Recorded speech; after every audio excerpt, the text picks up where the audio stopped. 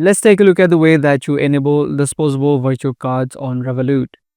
If you're trying to make a one-time purchase using a particular card, you can easily enable or get a virtual card within the platform of Revolut. In order to get your virtual card from Revolut, you need to tap on the cards option that you see on the top right of the screen.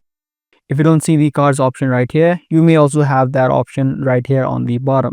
Now, once you tap on the card section, you're going to get different options such as selecting a online card. Now, once you tap on that, you're going to see a list of cards that you already have. But if you don't, you're going to get options of getting a real card or a virtual card. Just tap on the get a virtual card, or it may also say single use virtual. Just tap on this option. And then you'll need to choose from various cards that are available right now. So just swipe through and then tap on get a disposable virtual card. This way you're going to get the details of that card, such as the card number and the security code, so that you can easily use it to purchase things online. So that's the way that you enable the disposable virtual card on Revolut.